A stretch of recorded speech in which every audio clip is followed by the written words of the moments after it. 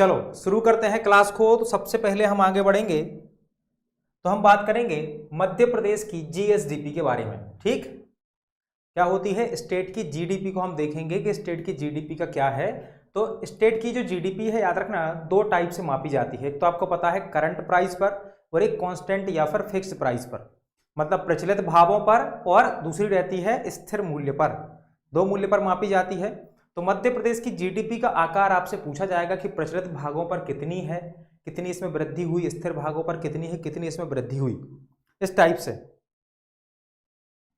हाँ, कुछ एमसीक्यू भी है बीच में, तो उनको भी हम करेंगे। ठीक है, चलिए। तो देखो, सबसे पहले देखो बजट में या इकोनॉमिक सर्वे की हम बात करते हैं। तो इकोनॉमिक सर्वे में बताया गया है कि फाइनेंशियल 2023-24 और 24-25 का यहाँ पर विवरण दिया गया है।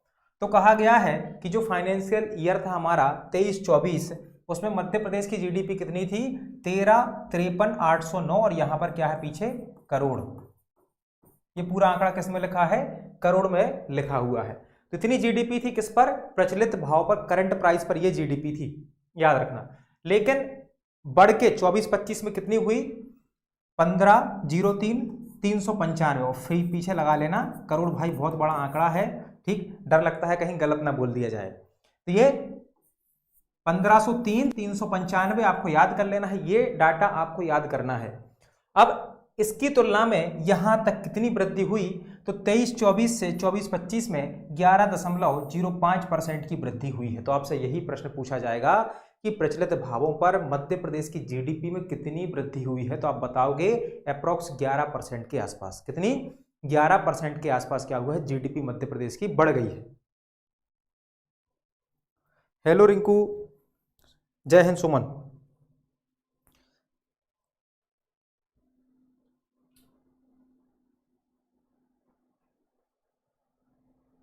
चलिए तो आगे बढ़े, ये समझ गया ना आप लोग। बाकी सभी लोग भी जल्दी से आ जाइए तो फिर ठीक मजा भी आएगा। अब बात करते हैं स्थिर भाव पर या फिर कांस्टेंट प्राइस पर मध्य प्रदेश की जीडीपी, जो किसी आधार वर्ष के आधार पर मापी जाती है। तो 23-24 में 671,636 करोड़ थी, जो बढ़कर याद रखना 24-25 में कितनी हो गई है, 712,260, और पीछे लगा लेना करोड़। तो 712,260 आपको ऐसे याद कर लेना है, तो आपको याद हो जाएगा। अब इसमें वृद्धि हुई है 6.05% की। तो यदि हम बात करें तो प्रचलित मूल्य पर कितनी वृद्धि हुई है, प्रचलित मूल्य पर 11% के आसपास, और स्थिर मूल्य पर कितनी, 6% के आसपास। ये अप्रोक्स में आपको याद कर लेना है, और इतना आपने याद कर लिया मतलब आपका एक नंबर यहां से पक्का हो जाएगा, क्योंकि यह वृद्धि पूछी जा सकती है। हेलो प्रदीप, बहुत अच्छे डेस्टिनेशन।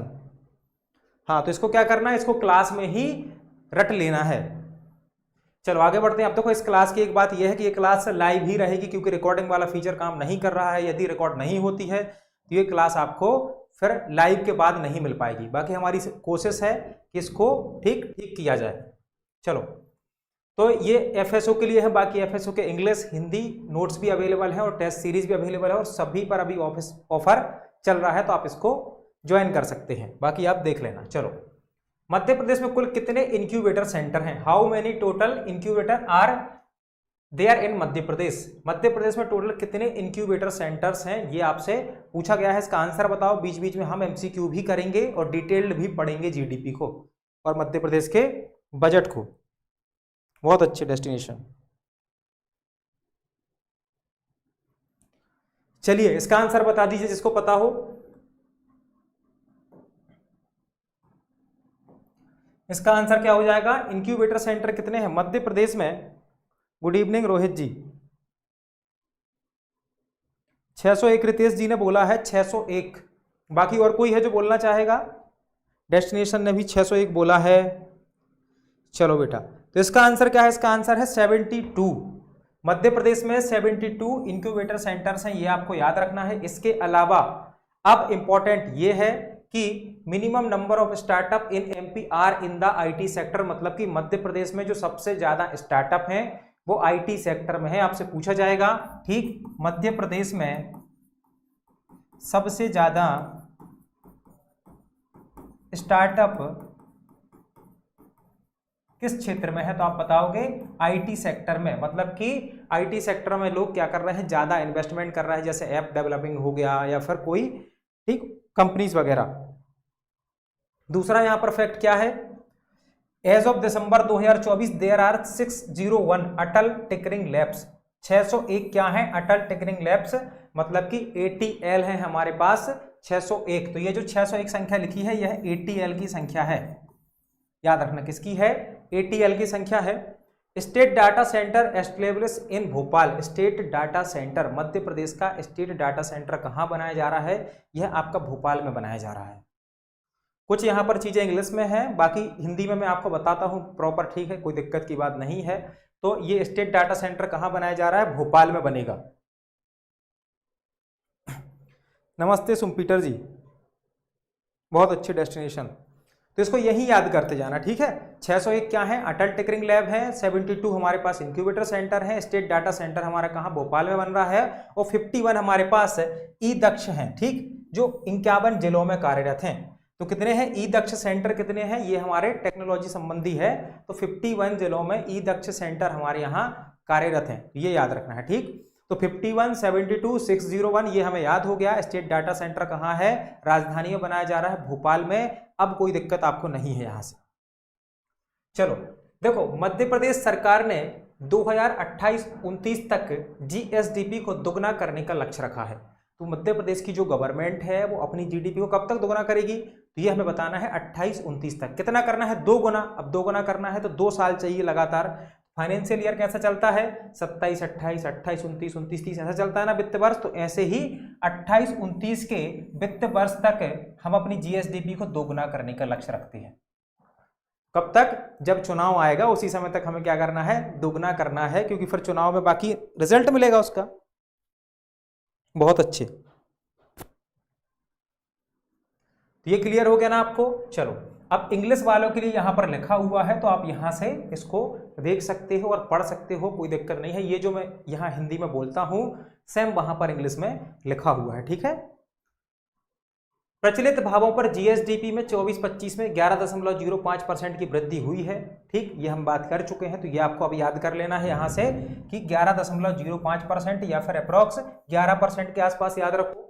वहीं यदि फिक्स प्राइस या कांस्टेंट प्राइस पर आप बात करो तो 6.05% की क्या हुई है, वृद्धि हुई है। तो ये आपकी स्थिर भाव पर हो जाएगी और ये आपकी प्रचलित भाव पर हो जाएगी, कोई दिक्कत नहीं है। यहां पर देखो लिखा है इंग्लिश में, real GSDP at constant price at current price. नमस्ते बादशाह अकबर, ठीक, अस्सलाम वालेकुम। चलिए अब बात करते हैं कि GDP जो GSDP हमारी है इसमें किस क्षेत्र का कितना योगदान है। तो हम बात करेंगे सबसे पहले, ठीक, प्रचलित भाव पर या फिर कौन से करंट प्राइस पर यदि हम बात करें तो हमारे पास 3 सेक्टर होते हैं इकोनॉमी में, प्राइमरी, टर्सरी और ठीक सेकेंडरी। 3 सेक्टर होते हैं, प्राइमरी, सेकेंडरी और टर्सरी। यदि हम बात करें प्राइमरी सेक्टर जो कहलाता है कृषि संबंधी क्षेत्र, तो इसको बोल सकते हैं कृषि वाला क्षेत्र। कौन सा, कृषि वाला क्षेत्र।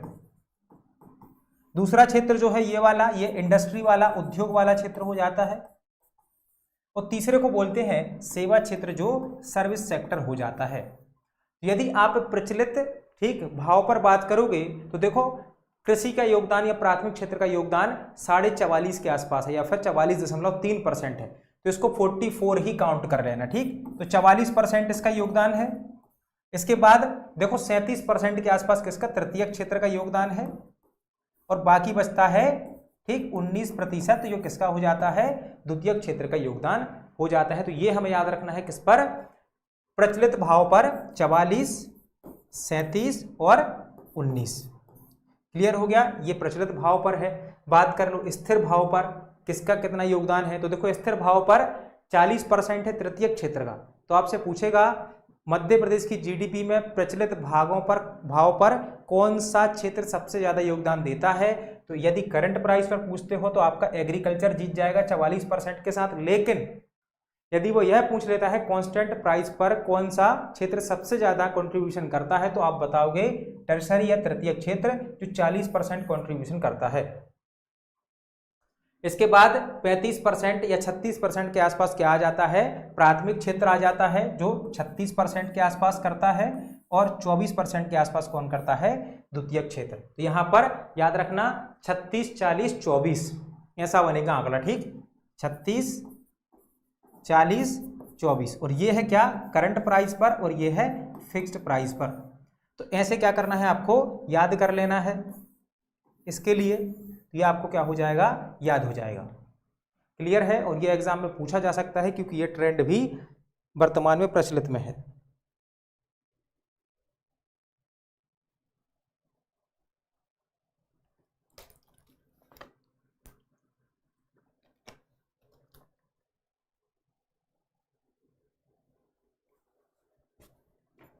केवल एग्रीकल्चर का भी पढ़ेंगे, सब पढ़ेंगे, किसका कितना योगदान रहा अभी सब देखेंगे, कृषि का, पशुपालन का, मछली का, सबका योगदान अभी हम देखने वाले हैं आगे।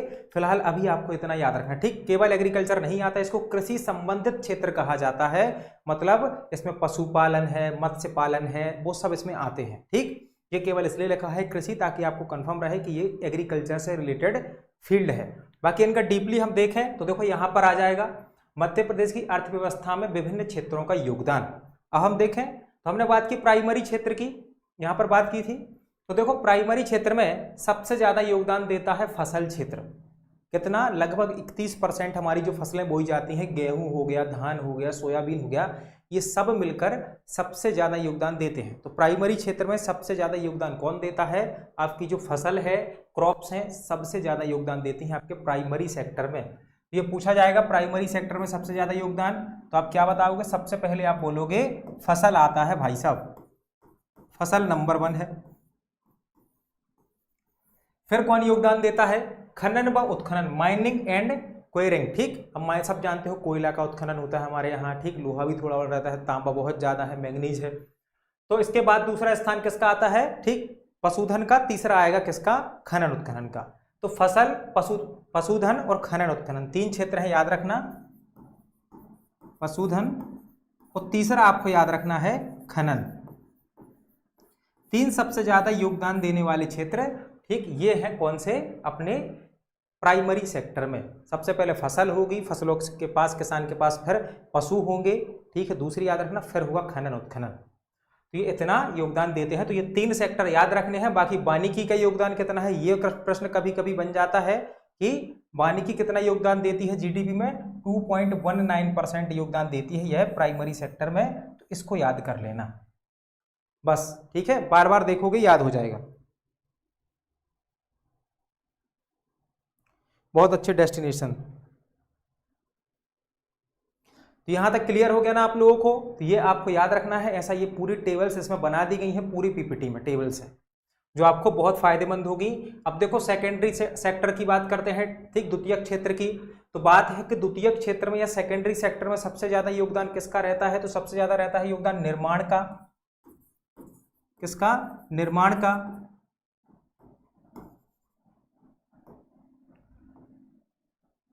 ये तो आप जानते होगा निर्माण और विनिर्माण में अंतर। निर्माण वो है जो किसी पुल का निर्माण है, भोपाल में बना दिया था एक 90 डिग्री वाला पुल, आपने देखा होगा। तो ये सब चीजें हैं जो भूमि, भवन या पुल बन रहे हैं, कुछ बन रहा है, ये सब निर्माण में आता है। तो इसका सबसे ज्यादा योगदान है निर्माण का। इसके बाद किसका योगदान है, विनिर्माण का, जो कारखानों में बनती है। तो निर्माण और विनिर्माण ये एमपीपीएससी के मेंस में आया था। सेकेंडरी सेक्टर में सबसे ज्यादा योगदान कौन देता है, तो उस समय विनिर्माण था, अब कौन हो गया है, निर्माण। तो निर्माण, विनिर्माण, उसके बाद फिर बिजली, गैस और जल आपूर्ति, ये तीसरे नंबर पर रहते हैं। और इसमें ये तीनों क्षेत्र आते हैं, निर्माण, विनिर्माण, बिजली, गैस, जल विद्युत आपूर्ति। तो आपको याद रखना है पहले नंबर पर है निर्माण, फिर करोगे विनिर्माण।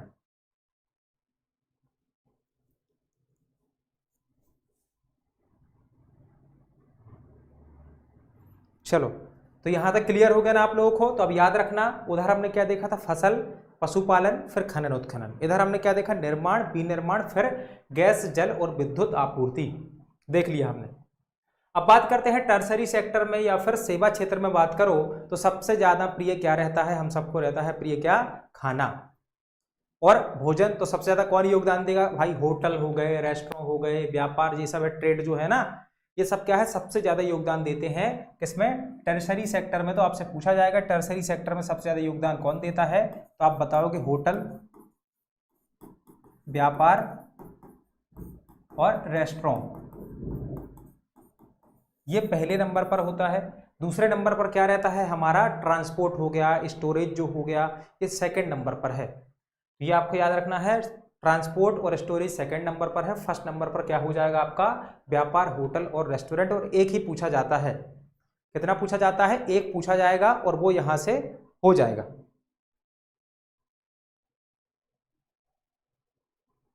चलिए, तो ये क्लियर हो गया ना, ये टर्शरी सेक्टर में योगदान है।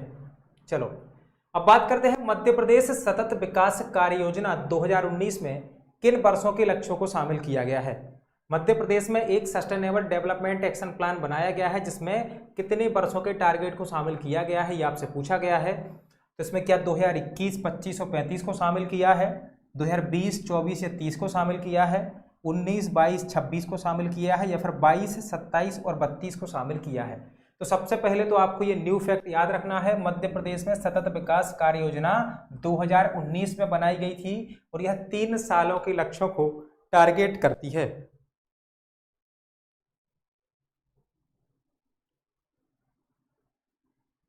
हाँ, वित्तीय सेवा है, देख लेना उसको, ठीक है।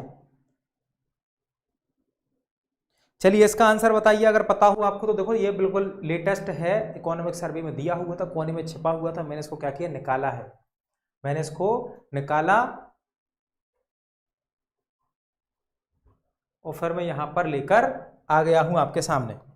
रितेश जी ने आंसर बी दिया है, बाकी बताइए।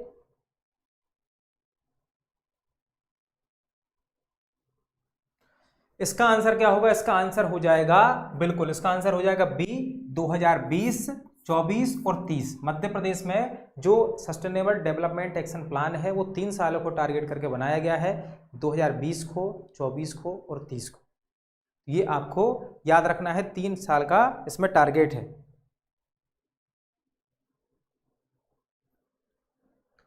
हाँ प्रदीप, ठीक, प्रदीप ने ए आंसर दिया जो कि गलत है, कोई दिक्कत नहीं है, यहाँ पर बी इसका आंसर होगा, तो आपको ये याद रखना है, ठीक। अब ये जो इकोनॉमिक सर्वे है, अब एमपीपीएससी के जितने भी एग्जाम आप देकर आओगे, जब तक अगला इकोनॉमिक सर्वे नहीं आ जाता उसमें ये काम आएगा पूरा, क्योंकि यही चलने वाला है। तो एमपीपीएससी के एग्जाम दो या फिर ठीक व्यापम के एग्जाम दो, जो देना है वहां दो, ये यही से पूछा जाएगा।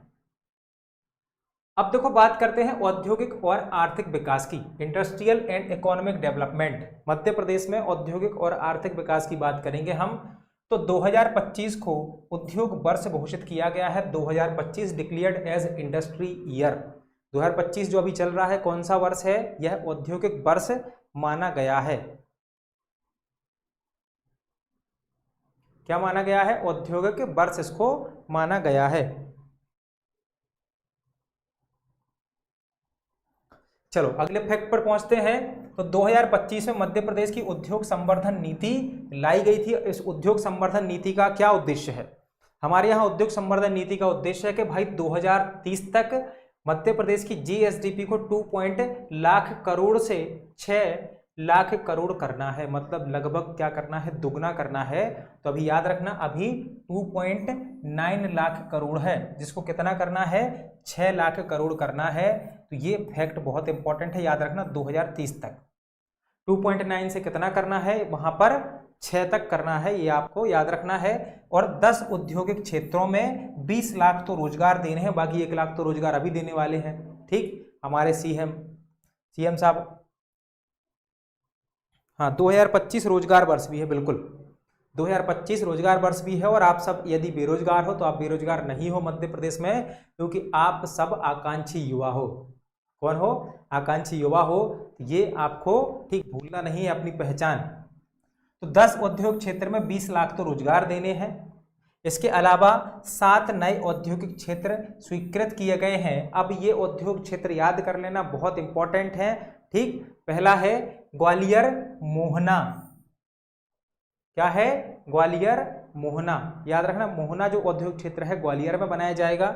मंदसौर में सेमली कनकड़, सेमली कनकड़ जो औद्योगिक क्षेत्र है कहाँ बनाया जाएगा, यह मध्य प्रदेश में मंदसौर में बनाया जाएगा।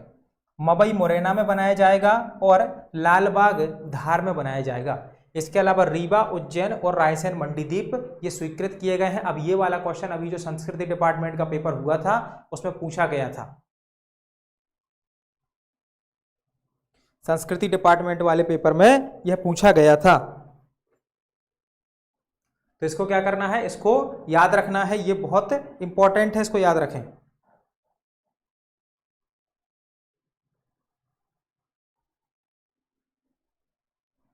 चलिए आगे बढ़े।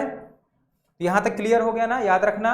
मोहना ग्वालियर में है, ठीक, मवई मुरैना में है, उसके बाद सेमली कनकड़ अपना मंदसौर में है, लालबाग धार में है, मंडीदीप आप सबको पता है रायसेन में स्थित है। चलिए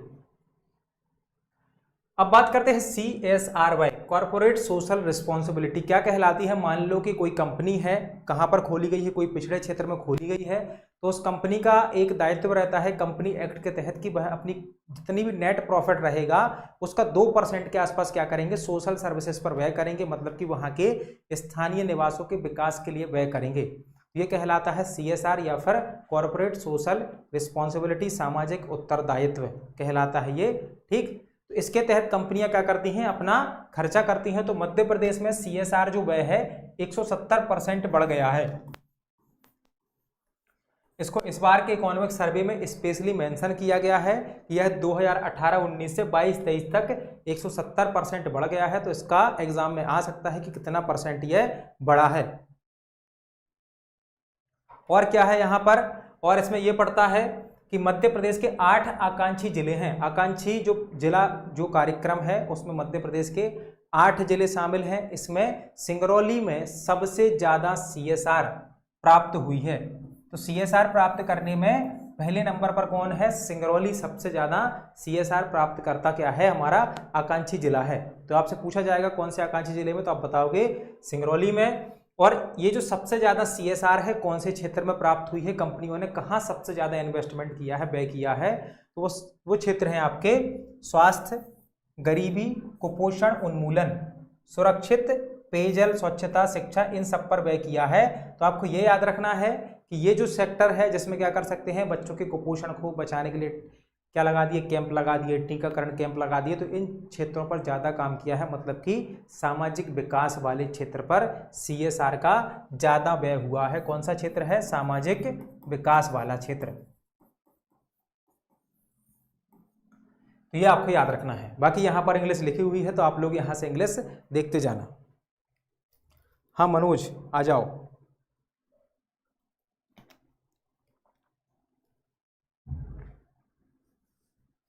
चलो बात करते हैं पर्यटन की, ठीक, टूरिज्म की। घूमना तो बहुत पसंद है, सबको पसंद है। तो मध्य प्रदेश की बात करो तो देश के कुल फॉरेन, ठीक, ट्रेवल अराइवल मतलब विदेश से आने वाले व्यक्तियों में मध्य प्रदेश का योगदान कितना है, ठीक, 2.3% या 38%। तो जितने भी विदेशी आते हैं उसमें मध्य प्रदेश में 2.3% मध्य प्रदेश क्या करता है, जनरेट करके इंडिया को देता है FTA। तो इंडिया के टोटल FTA में मध्य प्रदेश का योगदान 2.38% के आसपास है। यह प्रश्न बन जाएगा कि भारत के, ठीक, लिखा भी है कि भारत की अर्थव्यवस्था में मध्य प्रदेश का योगदान या फिर मध्य प्रदेश की स्थिति, ये लिखा हुआ है सीधा। तो आपसे पूछेंगे कि भारत की इकोनॉमी में मध्य प्रदेश का कितना परसेंट FTA है, 2.38% FTA, ठीक, देश का कुल जो है उसमें मध्य प्रदेश योगदान देता है। मध्य प्रदेश में 2024 में लगभग 13 करोड़ 33 लाख टूरिस्टर आए थे, ठीक, टूरिस्ट हुआ यहाँ पर, पर्यटक आए। तो 3 वर्षों में यह लगभग 89% के आसपास वृद्धि दर्शाता है कि 2024 में, ठीक, 13 करोड़ 33 लाख पर्यटक आए, उसमें से 90% के आसपास वृद्धि हुई है। बहुत अच्छे डेस्टिनेशन 24 आकांक्षी जिला कार्यक्रम 2018 का है और एक है आकांक्षी, ठीक, विकासखंड कार्यक्रम जो 2023 का है। तो उसकी भी हम बात करेंगे, उसके फैक्ट यहाँ पर लिखे हुए हैं। विदेशी पर्यटक आगमन में 106% की वृद्धि हुई। अब देखना ओवरऑल पर्यटक जो आए उसमें 89% के आसपास या 90% के आसपास वृद्धि है, ये लिखा हुआ है, ठीक। लेकिन जो विदेशी पर्यटक हैं उसमें वृद्धि हुई है 126%। फॉरेन जो टूरिस्टर हैं 126% इसमें वृद्धि हुई है, याद रखना। और पर्यटन राजस्व भी 17% बढ़ गया है। कितना बढ़ा है? 17%, 17% अपना क्या है, पर्यटन राजस्व बढ़ा है। इसके अलावा 126% विदेशी पर्यटक बढ़े हैं। और राज्य में 13 करोड़ 33 लाख पर्यटक आए थे, जो 89.21% की वृद्धि दर्शाते हैं। और इंडिया के टोटल एफटीए में मध्य प्रदेश का योगदान कितना है? 2.38% का योगदान मध्य प्रदेश देता है। हाँ, बहुत अच्छे, 126% ओवरऑल विदेशी पर्यटक बढ़े हैं। एमएसएमई की बात कर लो और स्टार्टअप की बात कर लो। अभी हमने देखा था सबसे ज्यादा स्टार्टअप कहाँ मिलते हैं, आईटी सेक्टर में सबसे ज्यादा स्टार्टअप है। यदि बात करो एमएसएमई, माइक्रो स्मॉल, ठीक, तो इसमें देखो 2023-24 में मध्य प्रदेश में 4.57 लाख एमएसएमई पंजीकृत हैं। कितने? 4.5 लाख के आसपास, 4,57,000 एमएसएमई हमारे मध्य प्रदेश में पंजीकृत हैं। और इसमें 22,77,000 लोगों को रोजगार मिल रहा है। 22,77,000 लोगों को इसमें रोजगार मिल रहा है। और यह एमपीपीएससी के मेंस में आया था कि 2022-23 में मध्य प्रदेश में कितने एमएसएमई पंजीकृत हुए और इनमें कितने लोगों को रोजगार मिला, ये पूछा था मेंस में। अब सोचो आप, तो ये प्री में पूछा जाए तो अच्छी बात है, लेकिन मेंस में पूछा था ये बात, तो अब हमें बहुत फूंक फूंक कर क्या करना है, कदम रखने हैं और इसको याद कर लेना है। इसके अलावा स्टार्टअप नीति 2022 में आई थी। इसका परिणाम क्या हुआ? इसका परिणाम यह हुआ कि मध्य प्रदेश में स्टार्टअप में 114% की वृद्धि हुई। स्टार्टअप कितने बढ़े? 114% मध्य प्रदेश के स्टार्टअप बढ़ गए इस स्टार्टअप नीति के बाद। और यह स्टार्टअप नीति कब आई थी? 2022 में। तो ये भी इंपॉर्टेंट है, आपसे पूछा जाएगा 2020, 21, 22 और 23 ऐसा लिख देंगे। तो स्टार्टअप नीति 2022 में आई। टोटल स्टार्टअप 114% बढ़े। इसमें याद रखना महिलाओं द्वारा स्टार्टअप बहुत ज़्यादा बढ़े हैं, 136%। एक न्यू कल्चर डेवलपमेंट ये हुआ है कि पहले क्या होता था कि केवल पुरुष क्या करते थे? स्टार्टअप करते थे। नमस्ते राज। पहले केवल क्या करते थे? पुरुष स्टार्टअप करते थे, लेकिन आज के समय में महिलाओं में स्टार्टअप का क्या है, यहाँ पर क्रेज आया है। तो महिला, जैसे मान लो कि कोई ऐप बन रहे हैं, नए नए साड़ी वाले ऐप बन रहे हैं, कुछ अभी बनाए गए हैं लेटेस्ट वाले, ठीक, तो महिला जो एंटरप्रेन्योर है बढ़ रही हैं। तो इनके उसमें क्या है, स्टार्टअप में 136% की वृद्धि है, तो इसको याद रखना। और ओवरऑल स्टार्टअप में 114% की वृद्धि है, नीति 2022 में आई थी। और ये एमएसएमई पंजीकरण और रोजगार आपको याद रखने हैं। व्यापार और निर्यात, ठीक है, ट्रेड एंड एक्सपोर्ट की बात कर लो। मध्य प्रदेश में ट्रेड एंड एक्सपोर्ट कैसा रहा?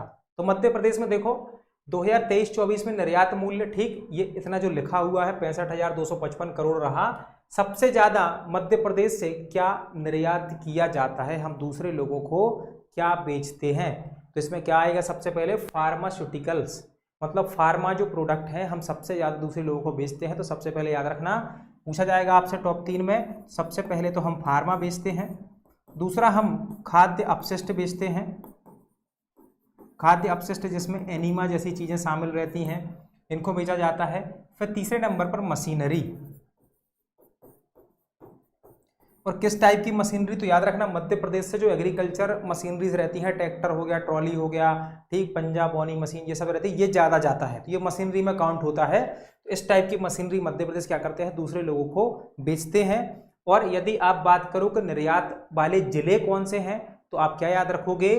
इधरा। इधरा आपको याद रखना है, मतलब कि इंदौर, धार और रायसेन, ये आपको याद रखना है। टॉप 3 क्या है ये याद रखना, हमारे एक्सपोर्टर्स जिले हैं जो सबसे ज्यादा एक्सपोर्ट करते हैं।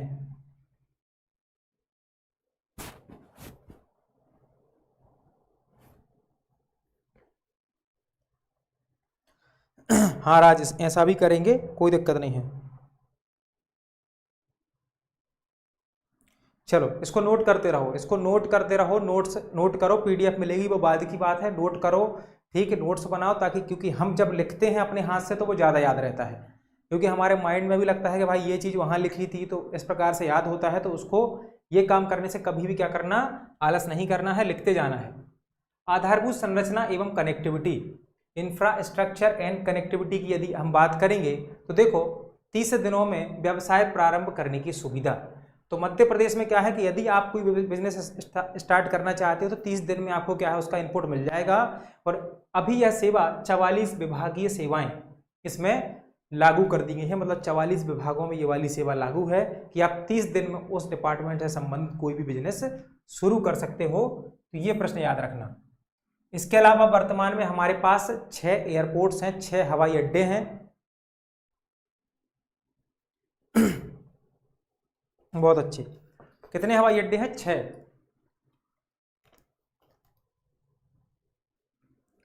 तो 6 हवाई अड्डे हैं जिनको 2029 तक 11 करना है और 2047 तक 14 करना है। तो कितना करना है? 6, 11 और 14। ठीक, अभी कितने हैं वर्तमान में? 2025 में तो 6 हैं। 4 साल बाद कितने चाहिए? 11 चाहिए। और फिर विकसित भारत तक, जब हमें क्या है विकसित भारत बनना है, तब तक मध्य प्रदेश में 14 एयरपोर्ट होने चाहिए। अब कहाँ बनाए जाएंगे ये नहीं पता, लेकिन 14 हो जाएंगे। कितने हो जाएंगे? 14 उस समय तक हो जाएंगे। ये आपको याद रखना है, किसके लिए? इंफ्रास्ट्रक्चर एंड कनेक्टिविटी के लिए।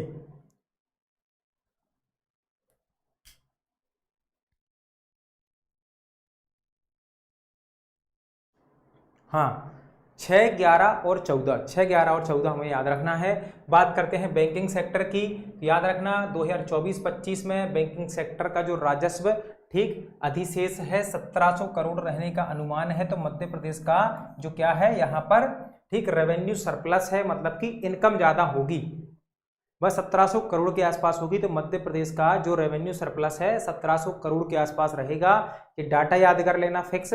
इसके अलावा मध्य प्रदेश में 24-25 में राजकोषीय घाटा जीएसडीपी के 4.11% तक सीमित रहेगा। ये क्या है हमारा? याद रखना फिजिकल डेफिसिट है और यह पेपर में आ सकता है 100%। 4.11% आपको याद रखना है। अब बात करो मध्य प्रदेश में बैंकों की शाखाओं की, तो मध्य प्रदेश की 33% शाखाएं ग्रामीण क्षेत्रों में है और 67% कहाँ है? अर्बन एरियाज में है। तो गांव को आज भी कितना मिल रहा है? 1/3 हिस्सा मिल रहा है बैंकिंग शाखाओं का। तो ये आपको याद रखना है। 33% बैंकिंग शाखाएं कहाँ हैं? गांव में है, जबकि 67% जो शाखाएं हैं वो कहाँ? शहरी और अर्ध शहरी क्षेत्रों में फैली हुई हैं। यदि हम बात करें स्टेट ठीक क्रेडिट डिपॉजिट सीडी ठीक रेशियो, राज्य का ऋण जमा अनुपात कितना है? तो याद रखना 82.83% है, जो राष्ट्रीय औसत से भी अधिक है। मतलब कि ऋण जमा अनुपात मध्य प्रदेश का भारत से ज़्यादा है। और कभी कभी ऐसा पूछ लेता है कि मध्य प्रदेश की प्रति व्यक्ति आय भारत से ज़्यादा है, मध्य प्रदेश का ऋण जमा अनुपात भारत से ज़्यादा है, ऐसे प्रश्न बनाता है। याद रखना तो ये कि मध्य प्रदेश का जो ऋण जमा अनुपात है भारत से ज़्यादा है, राष्ट्रीय औसत से ज़्यादा है। और कितना है? 82.83% इसको कहा जाएगा।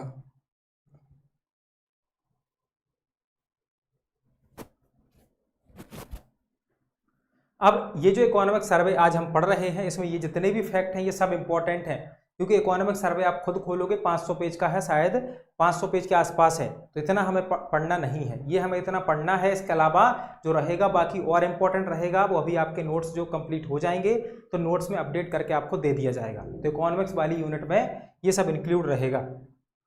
अनाज उत्पादन की बात कर लो तो मध्य प्रदेश में याद रखना ये जो फाइनेंशियल ईयर है 23-24 वाला जो ईयर था, इसमें मध्य प्रदेश में अनाज उत्पादन में 1.15% की कमी आई है। मतलब अनाज उत्पादन मध्य प्रदेश का 1.15% घट गया है। तो ये ज़्यादा इंपॉर्टेंट है कि अनाज उत्पादन बढ़ा है या घटा है। तो मध्य प्रदेश में अनाज उत्पादन 1.15% क्या हो गया है? घट गया है। और वृद्धि 2022-23 की तुलना में 4% की वृद्धि हुई है। किसमें? मिल्क प्रोडक्शन में। बात कर रहे हैं किसकी? मिल्क प्रोडक्शन की आप बात करो तो पिछले साल की तुलना में 4% बढ़ा है हमारा मिल्क प्रोडक्शन। और हर व्यक्ति के लिए डेली यदि आप बात करो तो 652 ग्राम पर डे हर व्यक्ति के लिए अवेलेबल है यूज करने के लिए मिल्क। ये चीज क्लियर हो गई। मध्य प्रदेश का इसमें कौन सा स्थान है? मिल्क प्रोडक्शन में ऑल इंडिया लेवल पर 3rd स्थान है। फर्स्ट है यूपी, सेकंड है राजस्थान और 3rd है कौन? एमपी। मिल्क प्रोडक्शन में मध्य प्रदेश 3रे स्थान पर है और फर्स्ट पर यूपी, फिर राजस्थान, फिर मध्य प्रदेश का स्थान आता है। 4% की वृद्धि हुई है। 652 ग्राम्स पर डे के हिसाब से हर व्यक्ति के लिए अवेलेबल है। बात कर लो आप अंडा उत्पादन की, तो अंडा उत्पादन 9.65% के आसपास हमारा बढ़ा है। कितना? अंडा उत्पादन 9.65% के आसपास बढ़ा है। और यदि जनसंख्या के हिसाब से देखो तो एक साल में एक व्यक्ति के लिए 40 अंडे मिल सकते हैं। कितने?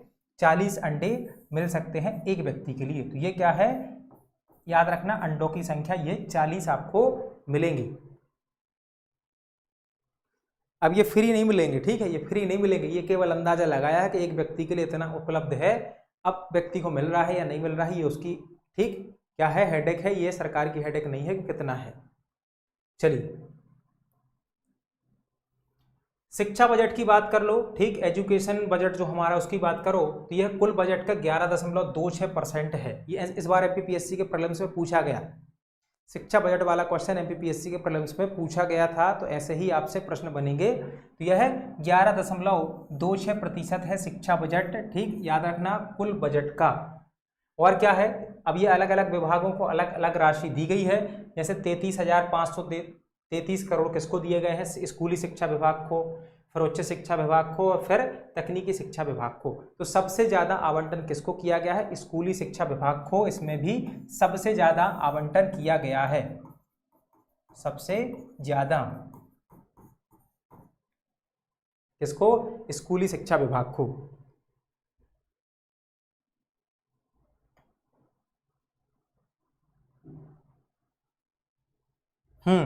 बहुत अच्छे सुरेंद्र, पूरा आर्थिक सर्वेक्षण बाद में कराएंगे जब हमारा प्रीलिम्स रहेगा, अभी थोड़े एग्जाम आ जाएंगे तब कराएंगे वो क्लास में। फिलहाल नोट्स में आपको complete economic survey with MCQ include कर दिया गया है, तो वो आपको नोट्स में मिल जाएगा बहुत अच्छे तरीके से।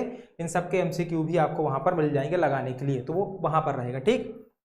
मध्य प्रदेश में वोकेशनल एजुकेशन को बढ़ावा दिया जा रहा है, व्यावसायिक शिक्षा को, कि भाई सीखो तब तो कुछ काम कर पाओगे। तो इसके लिए याद रखना 14 नए ट्रेंड्स मध्य प्रदेश में प्रारंभ किए गए हैं। जैसे देखो इसमें से 11 जैसे इलेक्ट्रॉनिक्स, कृषि, बैंकिंग, फाइनेंस, तो ऐसे शुरू किए गए हैं जिनमें आप सीखो और अपना व्यवसाय प्रारंभ करो।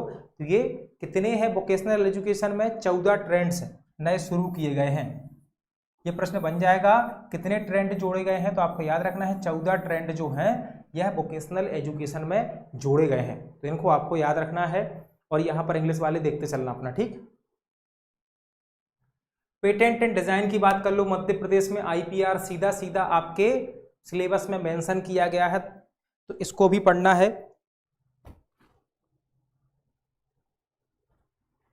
यहाँ पर कंप्लीट है, बहुत सारा कंप्लीट है, जो बहुत ज़्यादा इंपॉर्टेंट है वो यहाँ पर कंप्लीट है। इसके बाद पूरा इकोनॉमिक सर्वे में 3 घंटे के आसपास की क्लास लगेगी, लेकिन यहाँ पर जो है वो शॉर्ट में है, क्योंकि इतना आप पढ़ लो, अगली क्लास में बाकी का पढ़ेंगे, ठीक है। क्योंकि इतना याद कर लोगे ना आप लोग तो फिर वो बाकी का आसान हो जाएगा, क्योंकि फिर वो 1 घंटे की क्लास वो रहेगी, 1 घंटे की क्लास, 1.5 घंटे की क्लास ये, और 1 घंटे की वो, 2.5 घंटे पढ़ लिया, मतलब आप 1 साल के लिए फ्री हो। फिर आपको ना कहीं पढ़ना है ना कोई वीडियो देखना है, इतना बस इकोनॉमिक सर्वे आपको याद करके जाना है। तो देखो मध्य प्रदेश में याद रखना आईपीआर फाइलिंग जो है उसमें पेटेंट हो गया चाहे फिर डिजाइन हो गया, इनमें लगातार क्या हो रही है? वृद्धि हो रही है। तो मध्य प्रदेश में आईपीआर की प्रवृत्ति क्या है? लगातार वृद्धि बनी हुई है, ठीक। याद रखना बौद्धिक संपदा अधिकार इसको कहा जाता है। अब पेटेंट फाइलिंग की बात करो तो देखो 2018-19 में यह 194 थी, फिर 22-23 में यह 646 हुई, और वृद्धि कितनी है? 230% से अधिक की वृद्धि इसमें हो गई। क्योंकि आप इसमें इंटू भी करोगे ना तो आपको पता चलेगा कि ये 2% से, ठीक, 200% से ज़्यादा है। तो वृद्धि 230% से ज़्यादा है। संख्या याद रखना 646। डिजाइन की बात कर लो, 18-19 में 62 थी, वर्तमान में कितनी है? 441, मतलब 610% से अधिक की इसमें क्या है? वृद्धि मानी गई है। तो पेटेंट में 230% याद रखो, यहाँ पर कितने याद रखो? 610% याद रखो। यहाँ एक संख्या याद रखो 646, यहाँ एक संख्या याद रखो 441। ये संख्याएं आपको याद रखनी है, ये संख्याएं पेपर में किसी भी दिन क्या होगी? टपक सकती हैं।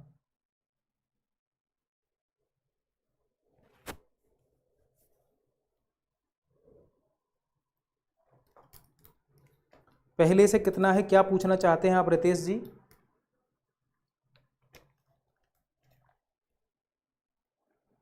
तो क्लियर हो गया ना यहां से चीज, आगे बढ़े चलो।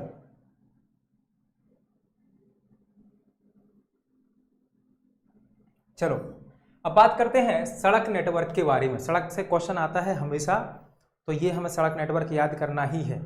तो सड़क नेटवर्क की बात करो तो 30 नवंबर 2024 तक कुल सड़क नेटवर्क मार्च 2024 में ठीक 71,379 किलोमीटर से बढ़कर 80,775 किलोमीटर हो गया है। मतलब यहाँ पर यह है कि मार्च 2024 में 71,379 किलोमीटर की सड़कें थीं, जो 30 नवंबर 2024 तक 80,775 किलोमीटर की हो गई हैं। तो कुल सड़क है लगभग 81,000 किलोमीटर के आसपास हमारे पास। कितनी? 81,000 किलोमीटर के आसपास हमारे पास क्या है? सड़क है। दूसरी चीज, इस सड़क नेटवर्क में शामिल क्या है? तो भाई इसमें नहीं तो नेशनल हाईवे रहेगा, स्टेट हाईवे रहेगा, इसके बाद डिस्ट्रिक्ट जो आपकी रोड्स रहती हैं वो भी शामिल रहेंगी, और गांव की सड़कें भी रहेंगी। और गांव की सड़कें तो आपको पता है। तो देखो नेशनल हाईवे है 9,315 किलोमीटर, 9,315 किलोमीटर। स्टेट हाईवे हैं 12,568 किलोमीटर, और जिला सड़कें हैं 25,420 किलोमीटर। और आपसे सीधा सीधा यही पूछा था कि कितने किलोमीटर कौन सी सड़कें हैं, एमपीपीएससी का ये क्वेश्चन था। तो लेवल आप समझ सकते हो।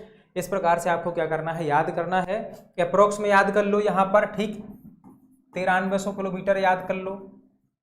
यहाँ पर अप्रोक्स में याद कर लो 12,000, ठीक 600 किलोमीटर के आसपास अप्रोक्स में याद कर लो, ठीक, क्योंकि इतना क्लोज डाटा भी नहीं आता यहाँ पर। इसको लगभग 25,500 किलोमीटर याद कर लो, और इसको लगभग 33,500 किलोमीटर याद कर लो। इस प्रकार से आपको ये क्या है, दिमाग में एक इमेज बन जाएगी और आपको याद हो जाएंगे, और ये पेपर में आप सही करके आ जाओगे। वोकेशनल में ट्रेड पहले का नहीं है, ठीक, पिछले बजट में ये मेंशन नहीं किए गए थे। पिछले बजट में या इकोनॉमिक सर्वे में वोकेशनल एजुकेशन के ट्रेंड मेंशन नहीं किए गए थे, इसी बार किए गए हैं। तो याद रखना है 14 ट्रेंड्स अभी प्रचलित में हैं, प्रचलन में हैं। बहुत अच्छे।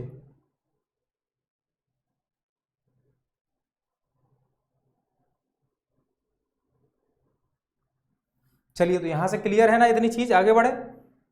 अब बात करते हैं मध्य प्रदेश में 6 रेलवे जोन हैं। कितने हैं? 6 रेलवे जोन हैं, लिख कर दिया है आपके आर्थिक सर्वेक्षण में। तो ये रेलवे जोन की आपको जो संख्या है ये पूरी ठीक बाय मैप के आपके नोट्स में डाल दी गई है, तो वहां आपको देखने को मिलेगी ये प्रॉपर पढ़ने में। अब हमें याद करना है कि हमारे यहाँ कितनी पटरियां बिछी हुई हैं। तो हमारे यहाँ याद रखना 5,196 किलोमीटर, मतलब कि कितनी? 5200 किलोमीटर की रेलवे है। 5200 किलोमीटर की रेलवे है, और देश में चौथे नंबर पर है मध्य प्रदेश। रेलवे के मामले में चौथे नंबर पर है। नमस्ते गौरी।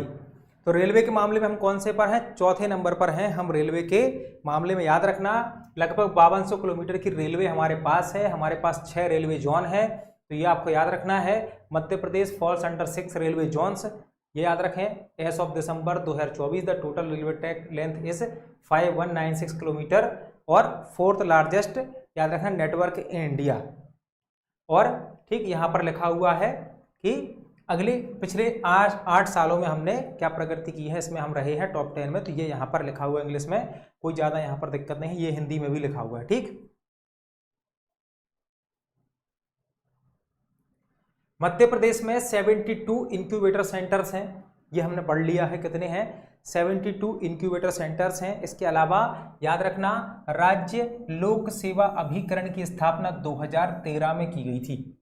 क्या हुआ था? State public service agency established in 2013 में इसकी स्थापना हुई थी। याद रखना लोक सेवा अभिकरण की। समाधान एक दिन सेवा, ये 2018 से लागू है। यदि आपको कोई समस्या जाती है तो इस पर आप यहाँ पर समाधान पोर्टल जो है इस पर जाकर आप कंप्लेंट करोगे, एक दिन में आपकी समस्या का समाधान होगा। यह 2018 से चल रही है सेवा।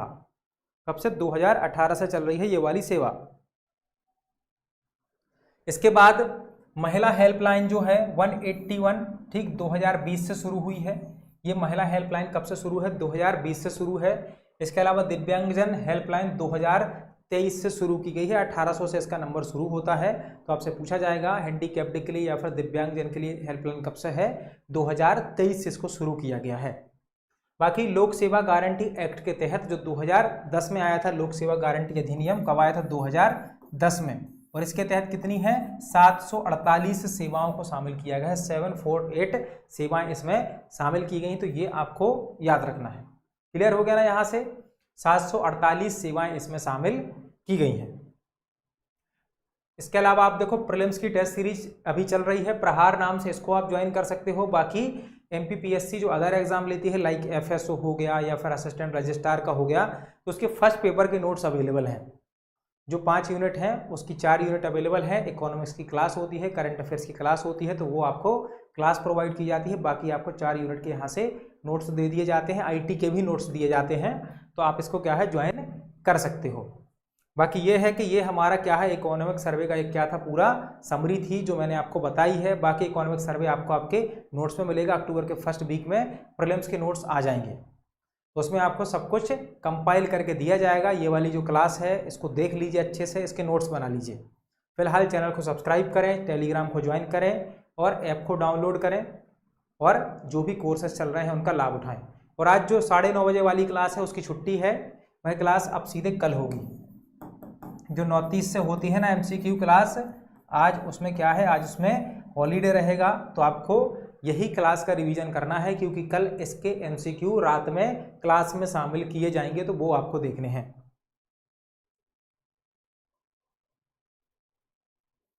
क्लियर हो गया ना ये? तो ये याद रखना, इसके एमसीक्यू आपसे कल पूछे जाएंगे क्लास में, तो कल इसको सबको क्या करना है, तैयार करके आना है।